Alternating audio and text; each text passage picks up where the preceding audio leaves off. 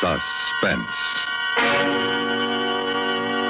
And the producer of radio's outstanding theater of thrills, the master of mystery and adventure, William N. Robeson. Mardi Gras, from the French, meaning Fat Tuesday, the day before Lent begins. Carnival, from the Latin, meaning goodbye to meat. And Bible, from the Greek, meaning book. Put them together and they spell terror. Terror for John Lund, as he plays The Man Who Stole the Bible, a tale well calculated to keep you in Suspense.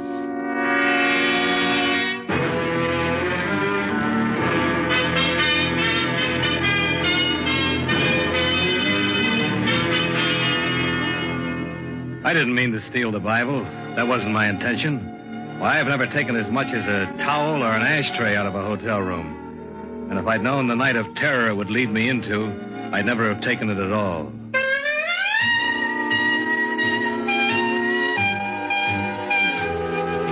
Mardi Gras in New Orleans. A gay time, a lot of laughs, if you're in on it. But me, I was stuck in a stuffy hotel room waiting for a call from the boss. And the sound of all those people out in the street having fun got on my nerves. Operator. Operator. Oh, come on, operator. This is operator. This is Mr. Cummings, room 302. What happened to that bellhop I sent for? Would you speak a little louder, please? I can't hear you, sir. I said this is Mr. Cummings. One moment, please. Operator. Operator. Excuse it, please. What is it you wanted? A bellhop. I want him to bring me something to read. Anything. He said half an hour ago he was on his way up. Well, hasn't he answered your call yet, Mr. Cummings? He has not. I'm sorry, sir. The hotel is so crowded. The Mardi Gras, you know. It's almost impossible to... Just a moment, please. Operator. Oh, nuts.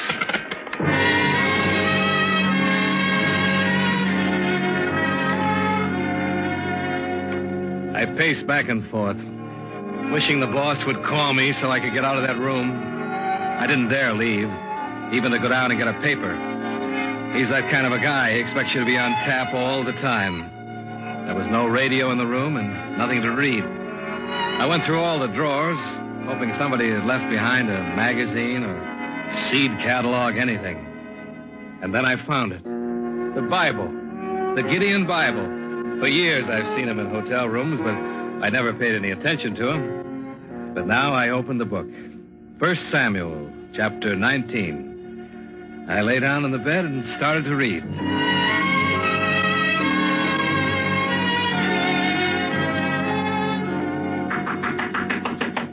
The knock surprised me. I'd forgotten about the bellhop. I got up to go to the door, and I realized that I had the Bible in my hand. It's a fine thing when a man feels embarrassed caught reading the Bible, but that's how I felt, embarrassed. I stuffed it under the pillow and went to the door. Oh, you sure took your time. Oh, I thought it was the bellhop. I'm the house detective. Sorry to disturb you. That's all right. What's the matter? Well, it seems that the woman who had this room before you lost her pocketbook.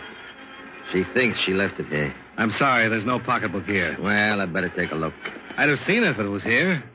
But come on in if you want. Thanks. See, there's no pocketbook here.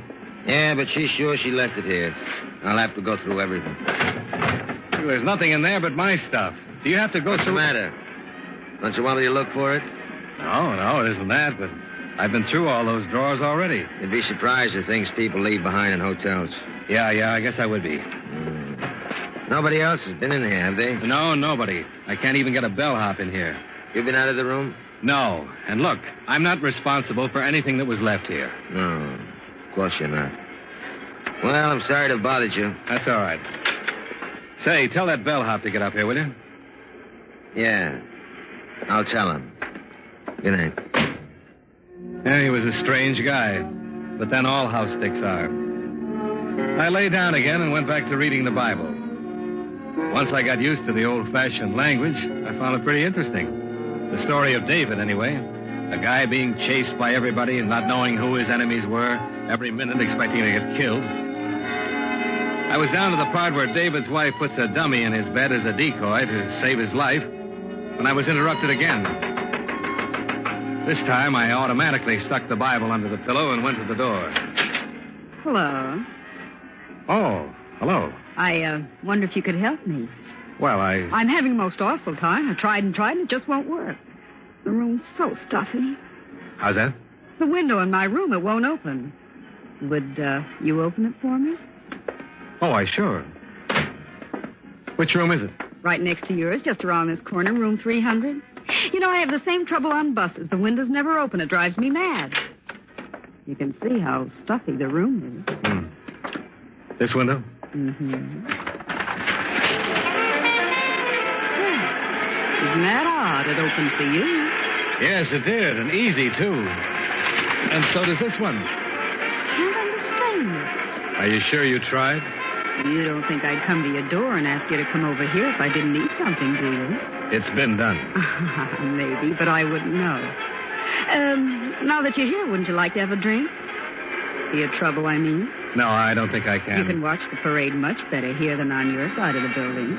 Oh, no, I can't. What's the matter? I'm sorry, I have to go. That's my phone. Wait. Don't go. You can have the call transferred here. But it's silly to go all the way back to your room.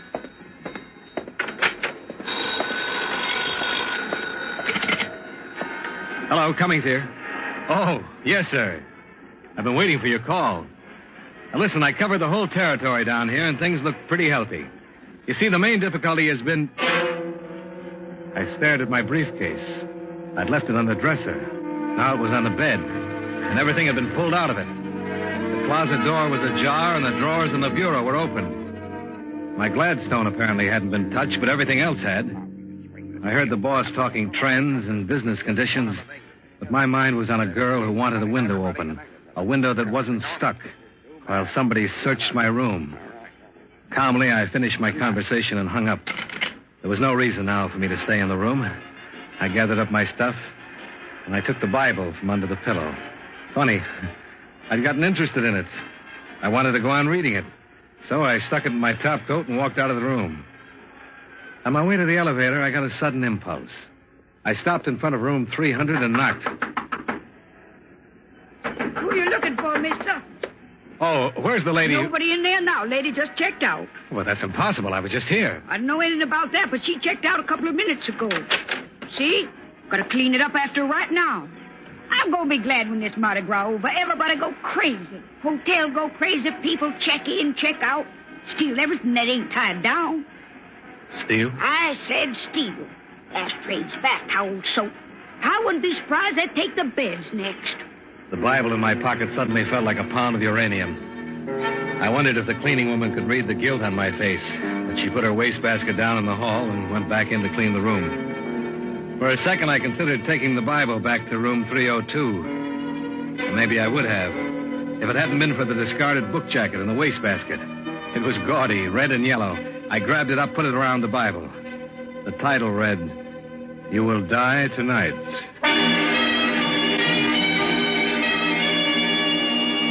Call for Dr. McManus. Dr. McManus, please. Good boy. Show this gentleman 506, please. Oh, you check it out, Mr. Cummins.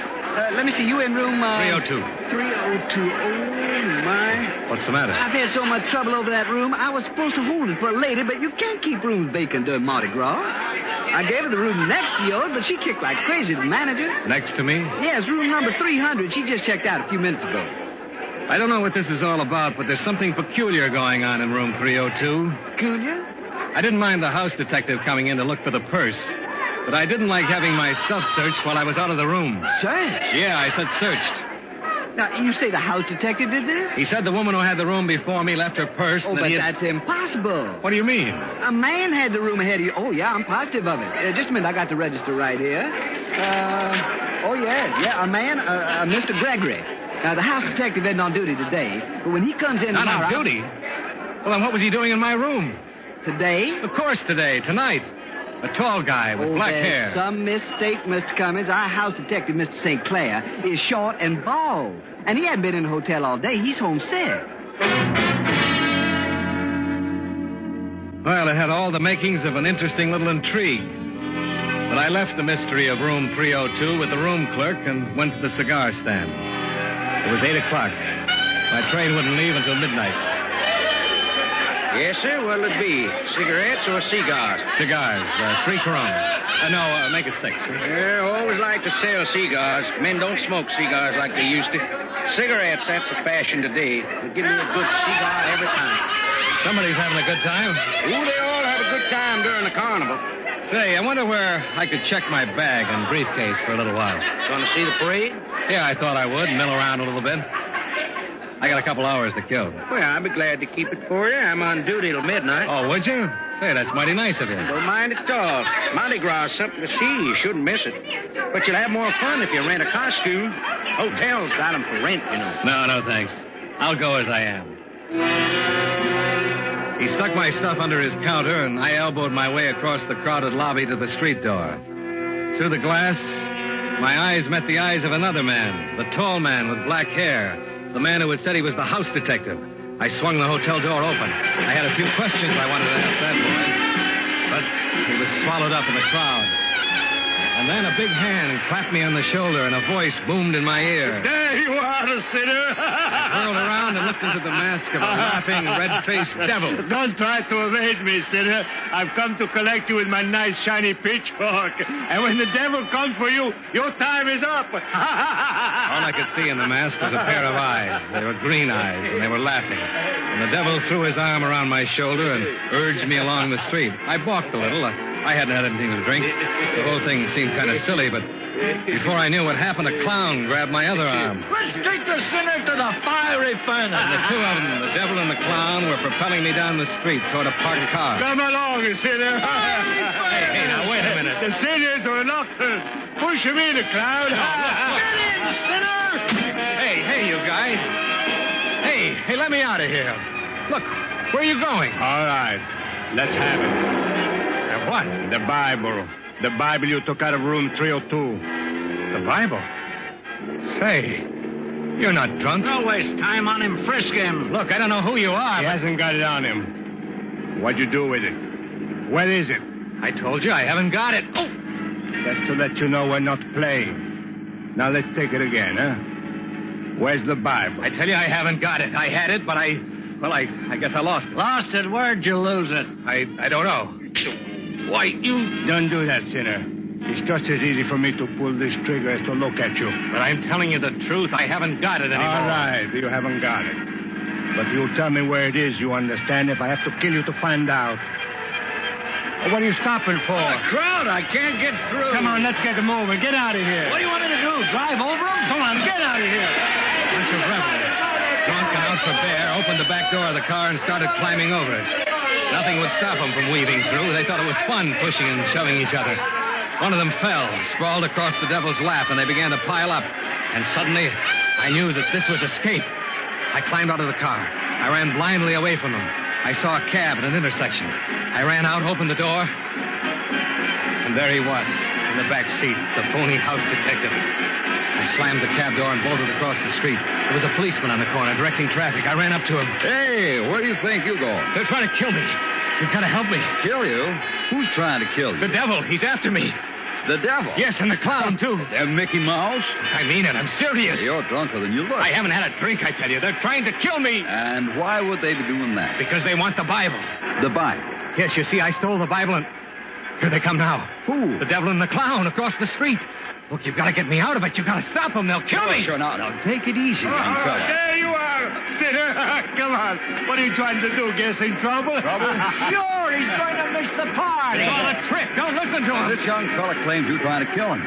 Me? Oh, not me. But if he doesn't get to the party pretty soon, his wife is going to kill him. I haven't got a wife. There isn't any party. They're lying, I tell you. Be good, boys. Move on. I got to keep this traffic moving. All right, come on. You heard what the policeman said. Come on, officer, sinner. please. Come on, sinner. Let go of me. Officer. Beat it now. Go on with it. I demand to be arrested. Go on, I demand said it. now. Go on. Oh, officer, you're a fool. I'm a what? If it weren't for Mardi Gras, I'd run you in. And you want to arrest me, huh? Okay. But remember, I didn't want to do this.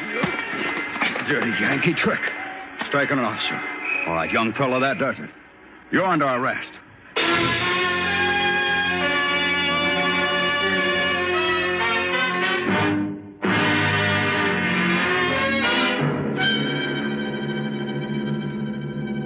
In just a moment, we will return to tonight's story of Suspense. Henny Youngman, Orson Bean, and Myron McCormick of Broadway fame, and the internationally popular singer Caterina Valente will all be with you this evening when you hear The Mitch Miller Show. For star-studded variety entertainment at its sparkling best, join us every Sunday night when The Mitch Miller Show is on the air over most of these same stations. And now, we continue with John Lund in The Man Who Stole the Bible, a tale well calculated to keep you in suspense.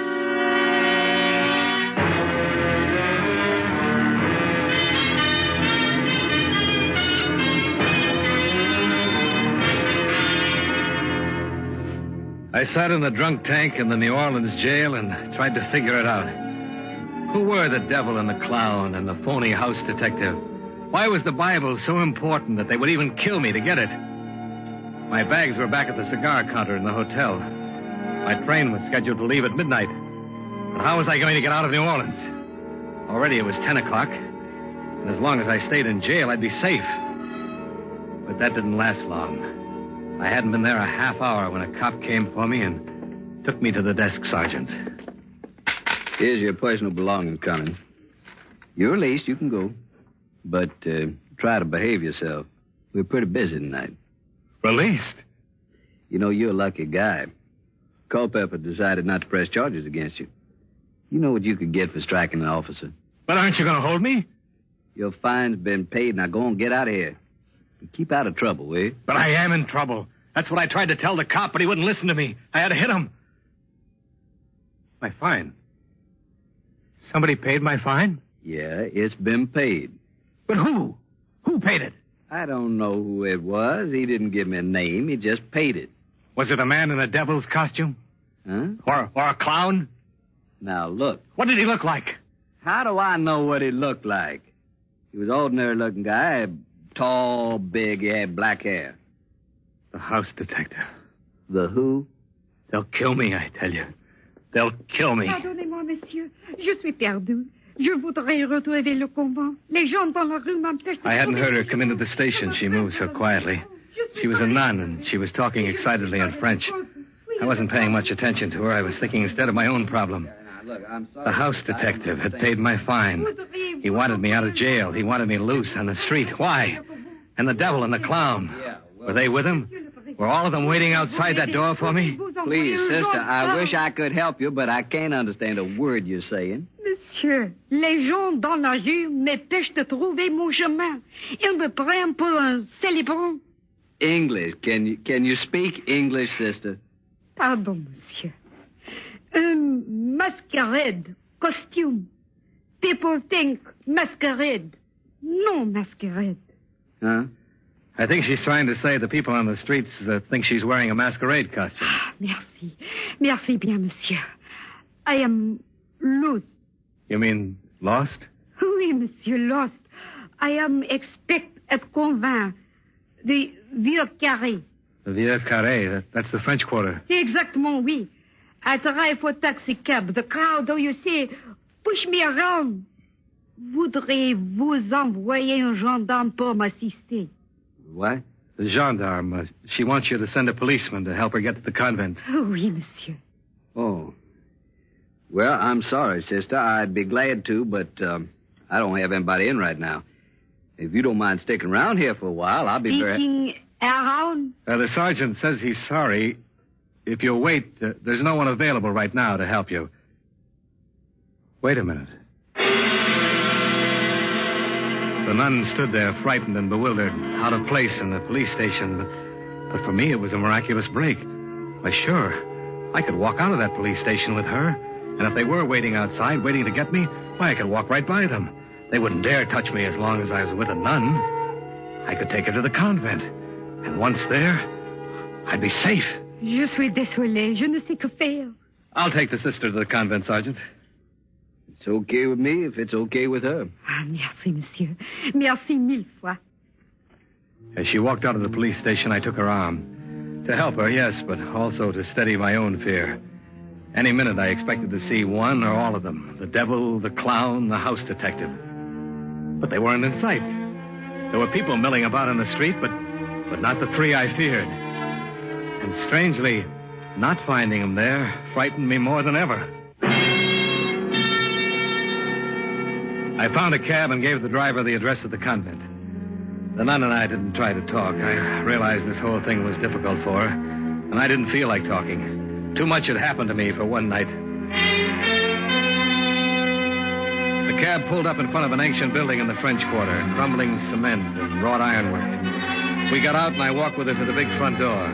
The nun raised her hand to the knocker, and I knew I'd been had. Qu'est-ce qu'il y a? Fingernails. Red, polished fingernails. You're not a nun. Hey, where you been? Hurry, boys, he's wise. Come on, you. Get inside. It was the devil and the clown. They yanked me into the house. And the girl, I stared at her. Back in the police station, I hadn't really looked at her face. Her black robes had spelled freedom to me. That's as far as I'd thought. But now I knew I'd seen her before. Only before she'd worn a green dress and a scarlet mouth to match her fingernails. And her hair had been blonde and long, and she wanted a window open. A window that wasn't stuck. You've given us a lot of trouble. I'm sorry, I don't know We've been very patient. Now we want the Bible. I told you before, I don't have it. You had it. I had it, yes, I had it. I took it. I don't know why I took it, but I lost it. Who sent you to get it? I'll handle him. All right, who you working for? Poloni? Look, there's some mistake. I'm a salesman. I sell washing machines. You're lying. Look, I tell you that... Where's the stuff? Has Poloni got it? What stuff? I don't know any Poloni. What are you slapping me around for? That won't get you any place. Oh, won't it?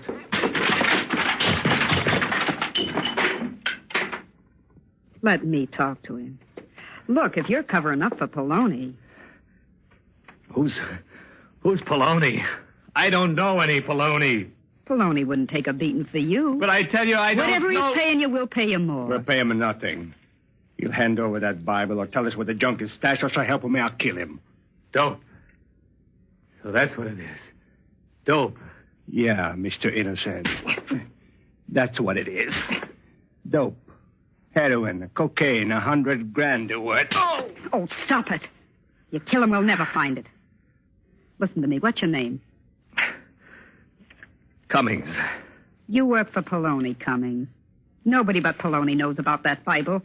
You came to hijack the stuff. I tell you, I don't know Poloni. Ah, stop lying. Poloni knew our carrier was hot, that he had to drop the stuff somewhere in New Orleans. You're wasting your time, baby. I'll make him talk. Oh, don't. You going to talk? I don't You know. want the butt of this gun right across your face? Look, you've got to believe me. He hit me with the gun. I tried to keep my eyes open, to hang on to consciousness. Across the room, I saw the door open, and in it stood a man with another gun, a big man with black hair, the phony house detective. Was his name Poloni?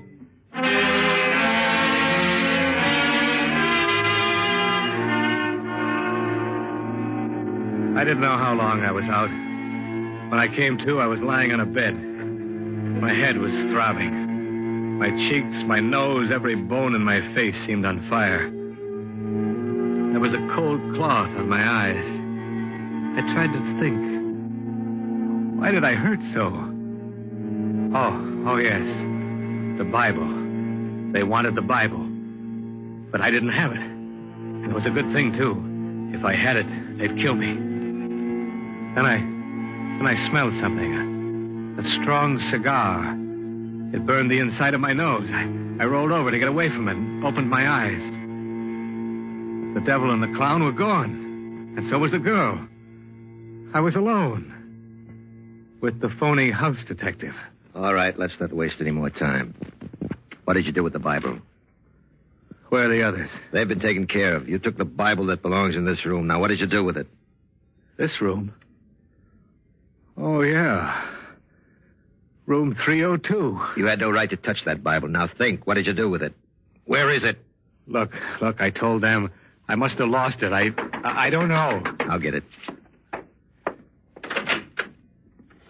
Yeah? The gentleman who left his suitcases with me. Mr. Cummins? Suitcases? Come in. Who are you? I run the cigar stand in the lobby. I saw you bring Mr. Cummins in. If you don't mind my saying so, quite tight. Yeah. I'm going off duty in a little while. I thought he'd need his things. See, he checked them with me. Thanks. Oh, almost forgot. Here's his book, too. Oh, no, don't leave the book. But you forgot it on the counter. I don't want the book. You can have it. I'll take the book. No, don't give it to him. Thanks for your trouble. Don't mention it. Hope he feels better tomorrow. Well, at last, the Bible. You will die tonight. Look, Poloni, I didn't know. I swear, I just took it. Poloni? I'm not Poloni. You know, that's a pretty clever stunt, covering the Bible with a whodunit jacket. Let's see, 3rd book, 2nd chapter, Genesis, Exodus, Leviticus, chapter 1, 2. Yeah. Here's the address of the warehouse where the stuff is. I don't understand. If you're not Poloni, who are you? John Stang, United States Treasury Department, Narcotics Division. A T-man, but I thought you... You made my job very difficult tonight, Mr. Cummings. We traced the narcotics carrier all the way from Hong Kong to New Orleans to room 302. But when we arrested him, he was clean. He didn't have the evidence. Room 302 was the link. The girl Frenchie was to take this room, and I would have followed her to where the evidence was stashed. It was as simple as that. But you stepped in and threw us all off. Well, why didn't you tell me you were a government man when you came in tonight to look for the pocketbook? How did I know that you weren't a new member of the mob? Now, take my advice, Mr. Cummings. Quit stealing things out of hotels. Look, I never stole a thing in my life before. This is the first time. There's one thing I can't figure out. Why did you steal a Bible? Well, you're not going to believe this, but honest, I just wanted to finish the story.